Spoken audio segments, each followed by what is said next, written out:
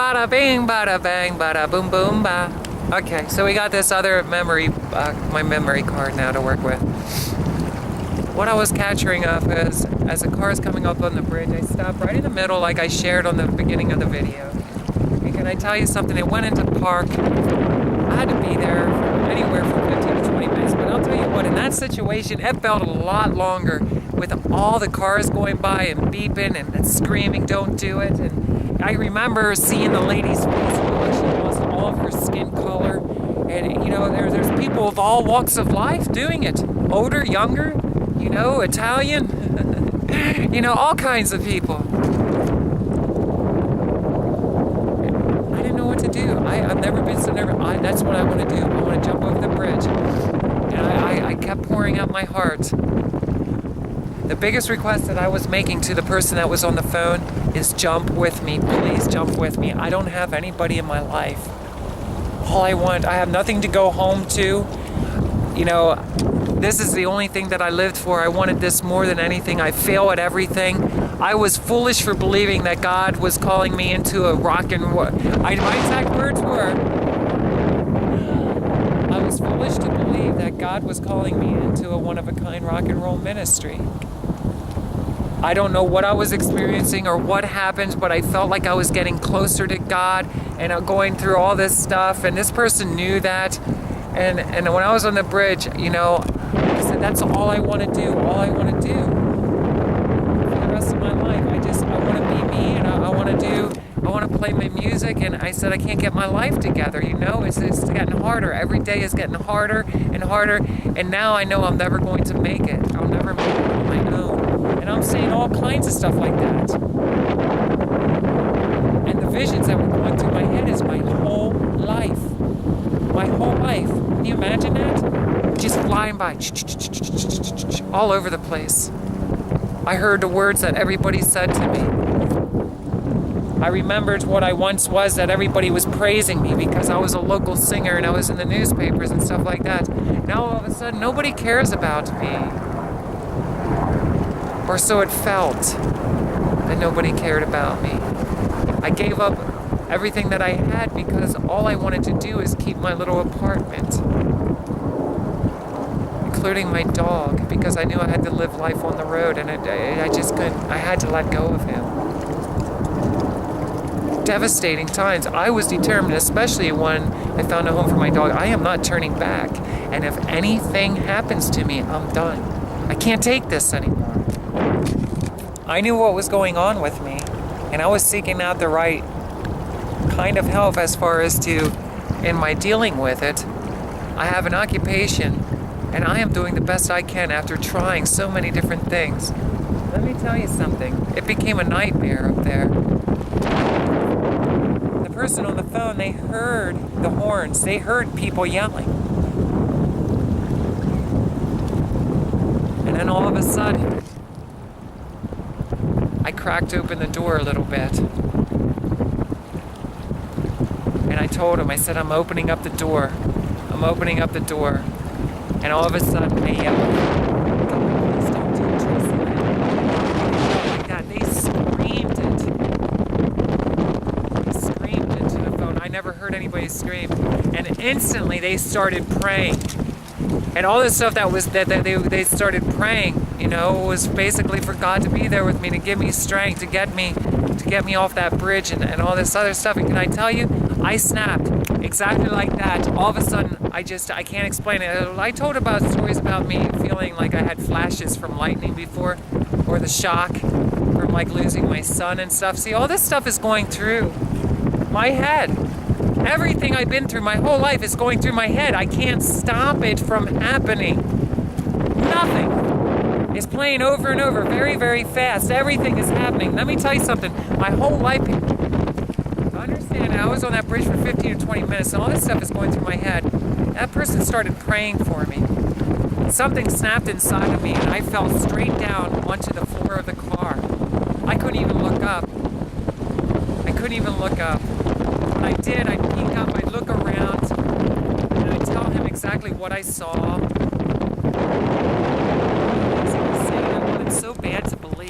wanted so bad to believe. But why this? Why did my life end up the way it did after everything that I've done? I've been trying everything in my power to be the best person that I could be.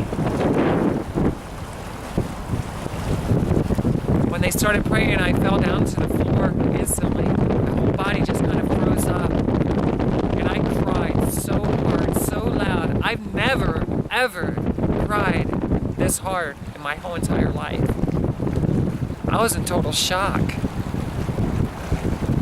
I wanted so bad to do it, and I kept begging, please, please, stop this, stop praying, do it with me, please. And they kept denying me, no, I'm not going to do it, I'm not going to do it. And they kept on praying and praying and praying and praying and praying.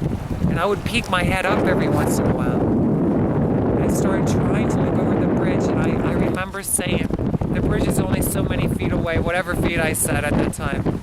It's just on the other side of the hood of my car. It's only going to take me a few seconds. I can do this. Please say you're jumping with me, please. I don't have it. I want to do this. I want to end my life, but I'm too scared. Let me tell you something. It's not an easy place to be. Terrified.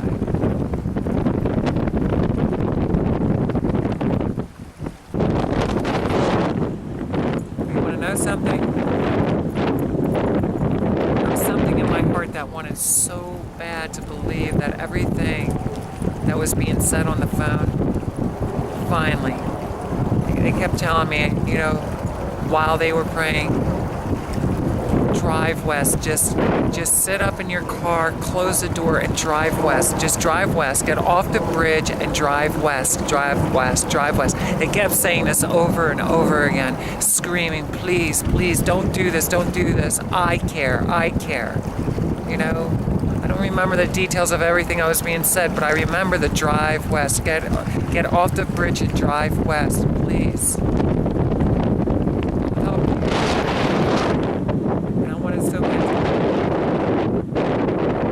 Eventually I gained the courage and the strength to sit up.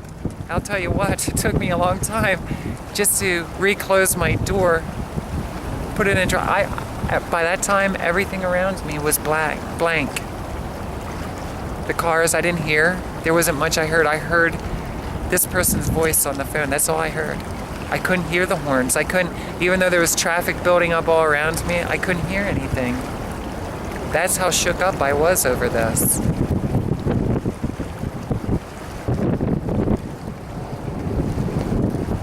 I drove off the bridge. I don't remember if I had hung up at some time. I promised them that I would get off, or they stayed with me until I got off the bridge. They told me, they said, don't worry about going to Pennsylvania. Don't worry about anything. Drive west. Come to Ohio. Come to Ohio. They're going to help me. And for all you in Ohio, you know that I needed the help. Really bad. I don't know what exactly happened. I have a lot of theories. It wasn't just my negative thinking. I have a lot of theories as to things that were happening to my mind, being in the business, people messing with me on the phone, things I was looking at on the internet, poisoning my mind, the religious beliefs that I was brainwashing myself to believe that were not true. I can go on and on and on, and that's why I want to share my story. And I do believe that if we take time to share our stories, other people will cross paths with these. Inspirational. And I gotta say, as long as I have air in my lungs, you can reach out to me. No, I don't have any other answers. There's nothing I can do. I can be a friend.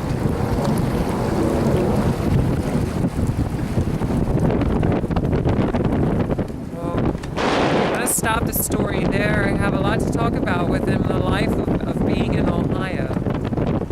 There were times that I was in Ohio and then I went back on the road, or I went down, I lost my mind and went to Tennessee, or I lost my mind and went to Las Vegas.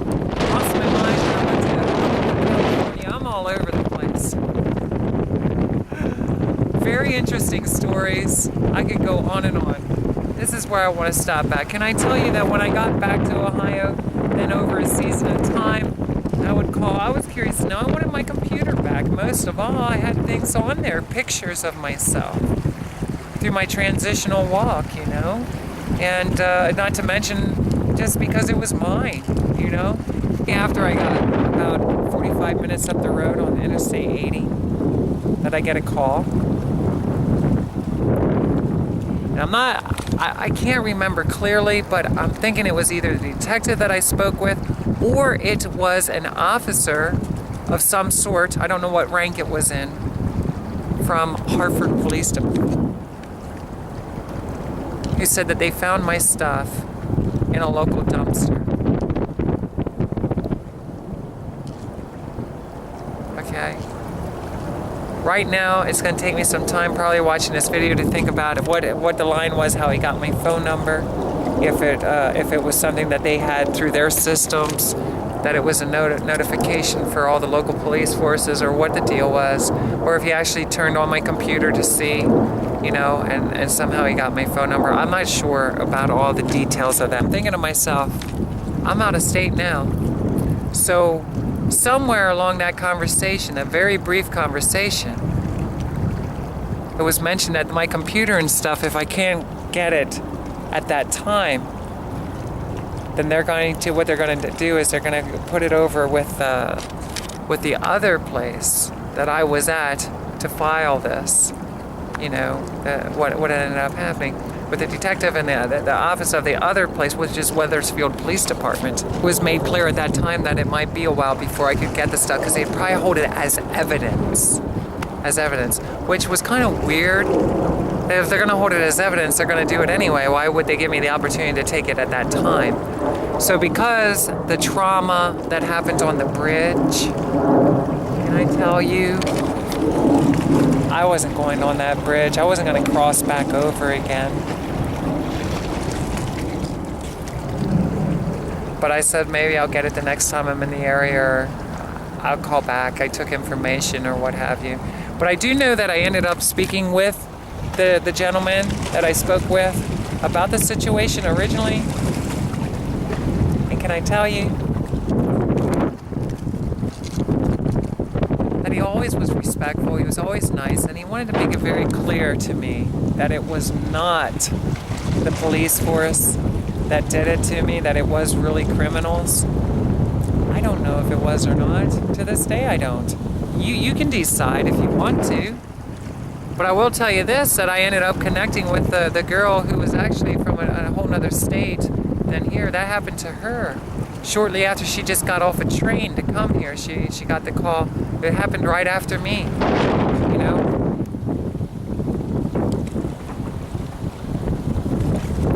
So I was targeted, and then she was. And it was a signal for us to, in my eyes, to get out of our area. Now, whether or not it's true, I don't know. And understand this. I'm not here to dispute that. You can decide. We can have fun with it and be kind, be respectful. But, you know, my question is, till this day, I may never know.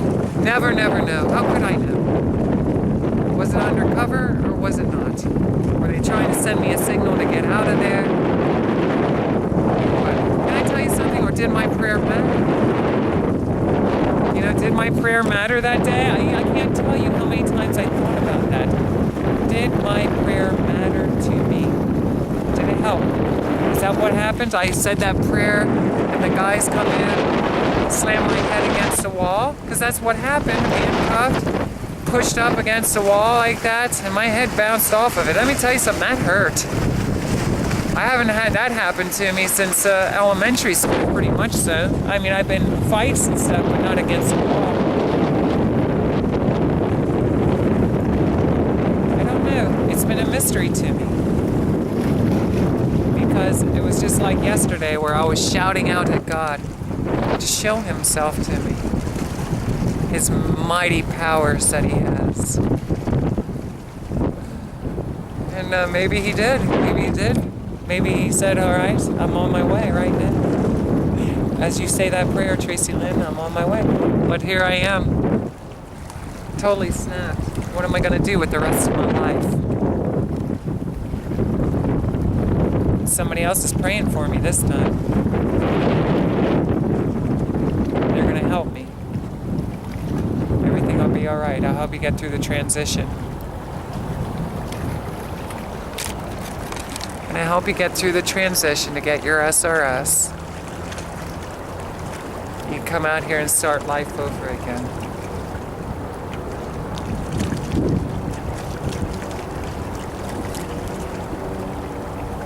Never got my transition.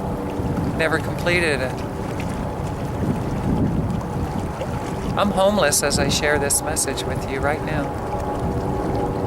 I'm also jobless. Bridge isn't too far from me, is it?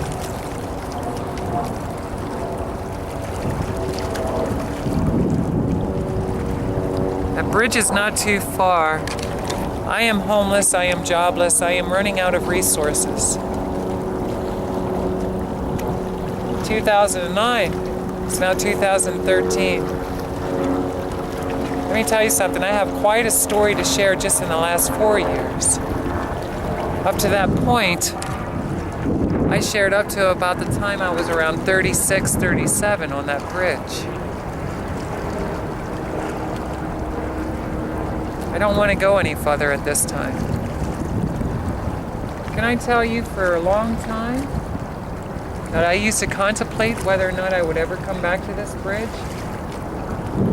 That I have also mentioned that mentally I had to come back to this bridge, and instead of driving west, I had to leap.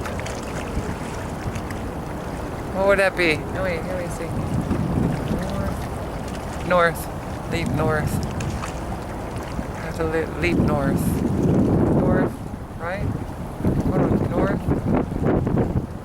east, south, west. Yes. I would have to leap north. Or south. And mentally I had to do that. And I don't want to go into a full explanation right now. That's for other videos. I've read a lot of history on bridges like this throughout the world. I've done so much research looking up, the most popular bridges that have the most successful suicide statistics rates, however you want to word it. This falls in one of them. There's another bridge in the United States too that falls in the top, and it ranks the top. It was about a year, maybe 2 years after I was on that bridge. Many people from around this area may be familiar with this story a lot more than I myself am. I just got what I had seen online. I don't know how true it is, but I do know that this guy was being bullied. I think, but I'm not 100% sure. I think, without looking at it, I can't tell you, that he might have been gay. I don't know if he was, and I'm not saying he was. I don't even like those words anyway. We're human. We're spiritual beings living a physical experience. Or we're spiritual beings living a spiritual experience. We're physical beings living in a spiritual experience. You can look at it so many different ways. Let's get to Tracilyn. Okay. So about a year or two later, this gentleman, for some reason, was being bullied. Was it because of his sexuality? Was it that people were making up a lot of lies?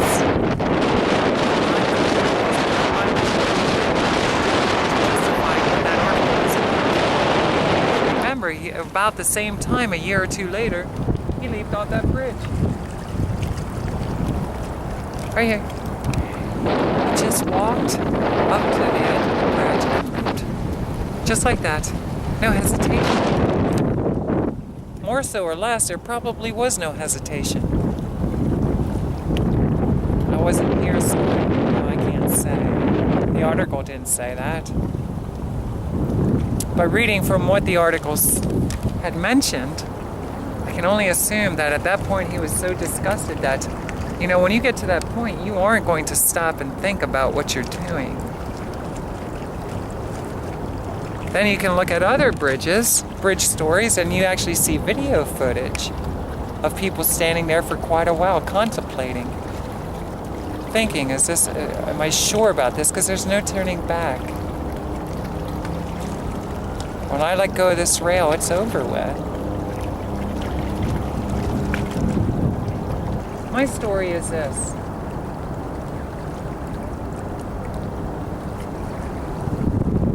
I've been bullied around my whole entire life because of the lack of education about what a transsexual is. Not to mention just being a human being. The dishonesty that goes on in this country. The power. The struggles for that. You know, even trying to survive in this world with all these laws, rules, and regulations. Let me tell you what.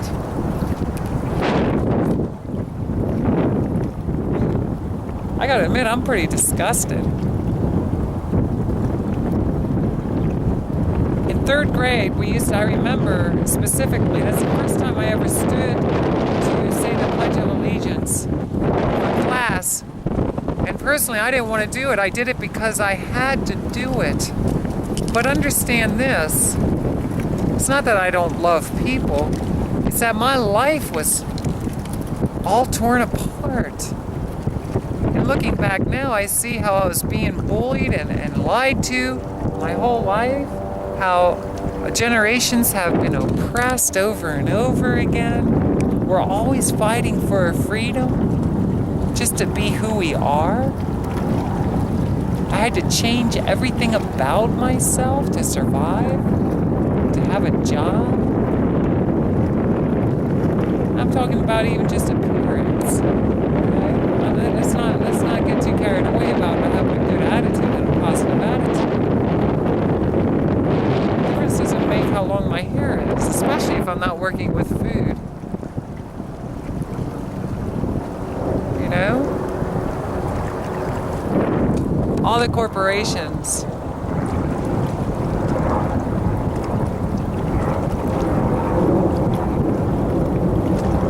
All of them have their different policies.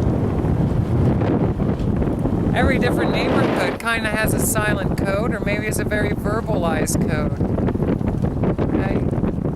Every state has its own rules and regulations. Unless you live in an extremely small lifestyle, like I was born and raised in London, Pennsylvania. Let me tell you something. I did not live outside of a 20-mile radius, let alone most of my life. I'm lucky if I lived out of a 10-mile radius. Roughly. 20 is more realistic. But as a child, most of the time, let's just say it, I was within a 2 by 2 mile radius. Unless I was with my mother or somebody. So all we know is what we know. In our little square, little cage that we live in, our pattern lives all the time until we listen to the television. But now the television's telling us what it wants us to know.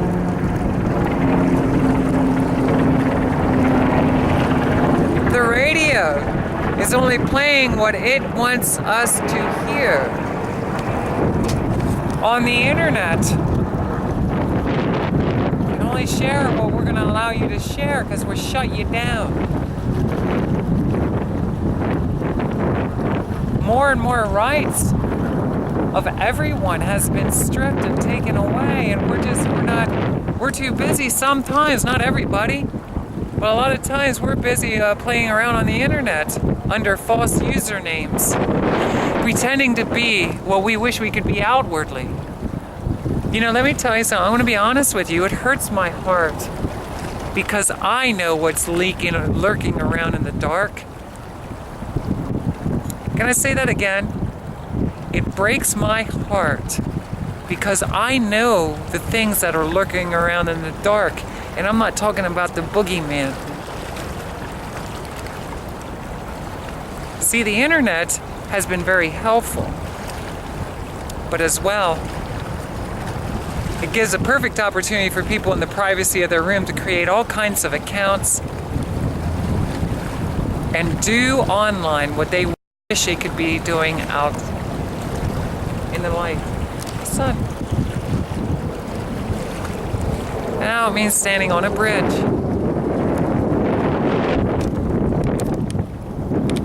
You may be listening to this right now. I'm not getting this much reception. That's not what this video is about. The video is about people who end up having enough. It doesn't matter if you're a transsexual or not. And they come to the point that they got to seek out other alternatives. And I'm here to tell you that is absolutely ridiculous. Okay? I don't know the stories of everybody that happened here, but I do know of one, somebody who was bullied. I know that I've been bullied, even at the station that I'm telling you about over here. Okay, not necessarily the station that I was at, but I'm talking about at this hotel. Whether it was cops pretending to be criminals or not, and you can laugh at this and think this stuff doesn't go on, Tracilyn. Oh yes, it does. It goes on. It goes on, only we live in a very secluded world until the internet now. And let me tell you something.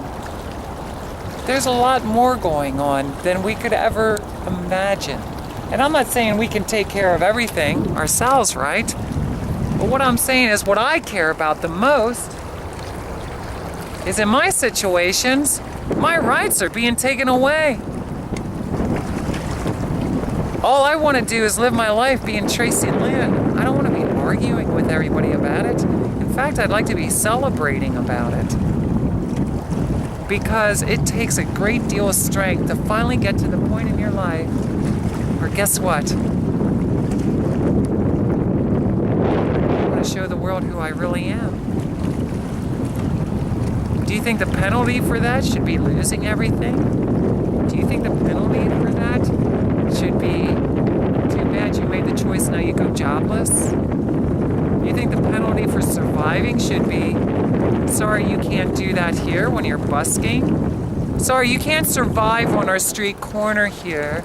Are you registered with the city by any chance? Do you have your license? Okay? There's a difference between walking around and asking people for money, and I don't want to offend anybody. When a person finally gets to the point that they're like, you know what, I gotta survive, I gotta do something, I don't know what else to do, this is what I do. Okay? I'm an entertainer. It's what I have a passion for lifting up people's spirits, believe it or not. That's what I care about. I've been that way since I was a child. I just did my whole history and I figured that out. But I knew it. I knew it later years. I just figured this out more recently. I had to be honest with myself. I have to accept that part of myself too. Let me tell you, it doesn't go without people misunderstanding you. You want to be the center of attention, don't you, Tracilyn? That's all you care about. You want to be the center of attention. Well, let me tell you something. There's nobody who gets it on a stage anywhere. If it's a living room, it's on a sidewalk, if it's in front of 30,000 people, or if it's in front of a bartender. And entertain if they aren't the center of attention. Okay? It's perceived as they want to be the center of attention. But let me tell you something right now. For anybody who's judging like that, you couldn't do it. Not well and make a good living off of it. The best way that all of us are equipped to survive in this world is being ourselves. Believe it or not, whatever it is. Are you into gardening? Then you probably should be doing something with gardening. Do you like, what do you call this, structures like this? Then you probably should be seeking out whatever it is you're passionate about. Is it welding? Is it, I don't know what else is all involved in it, the blueprints process. I don't know all about that. You know? You into saving people's lives, rescuing them out of here? Maybe you should be working, I don't know, maybe for an ambulance crew or something. Or for life. What do they call those things? Help me out here. What do they call those things, those boats that come out here? You know? You into protecting people? Maybe you should be working for the police force. Or is it lifeguards? What is it? Coast Guards or something? I don't know. You can go on and on and on. I think you get what I'm talking about. But they say if you do what you love to do for the rest of your life, it's not going to be work. You're gonna enjoy your life. And can I tell you, I love to sing, I love to entertain, I love everything about it. But there's a lot involved in running a business, and it takes a whole nother personality. Believe it or not, it takes a whole nother personality to run an amazing business. For a lot of different reasons. I've been working really hard over the last 3 weeks. I don't have anything to live for anymore, but I will tell you this. I wanted to share my life story. I love you guys. Bridge. The George Washington Bridge. Oh, how I wish I could have done this so differently.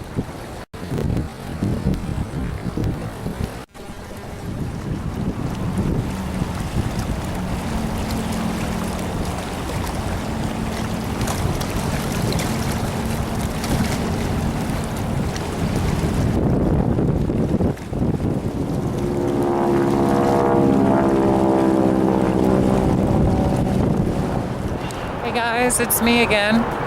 So listen, check this out. I have come up from down across on the other side of the bridge. I am now on the top, still on the New Jersey side. I guess it would have to be, let me see. That's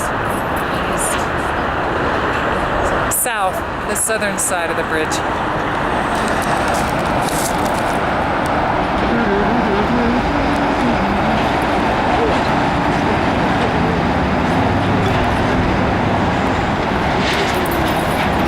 Totally different view from being down on the other side.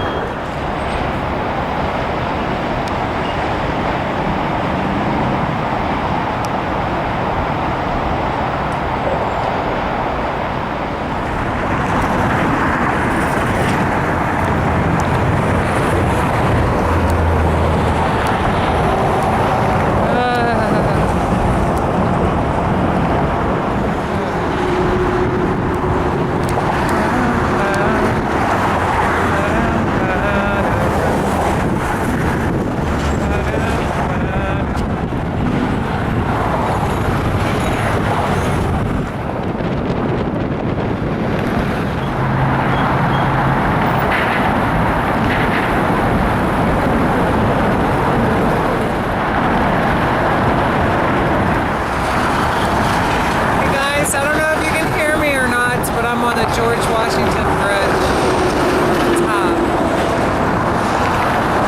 This is the first time I had the opportunity to actually walk across it. I started on the New Jersey side and went to New York. Now I'm working my way back. Just wanted to show you guys the beautiful view that's up here. I was coming from New York. My car right around there. So of course, as you can see, it's beautiful, you know. Anybody knows me knows that I'm scared of heights. So it's a good thing that my mind right now is made right.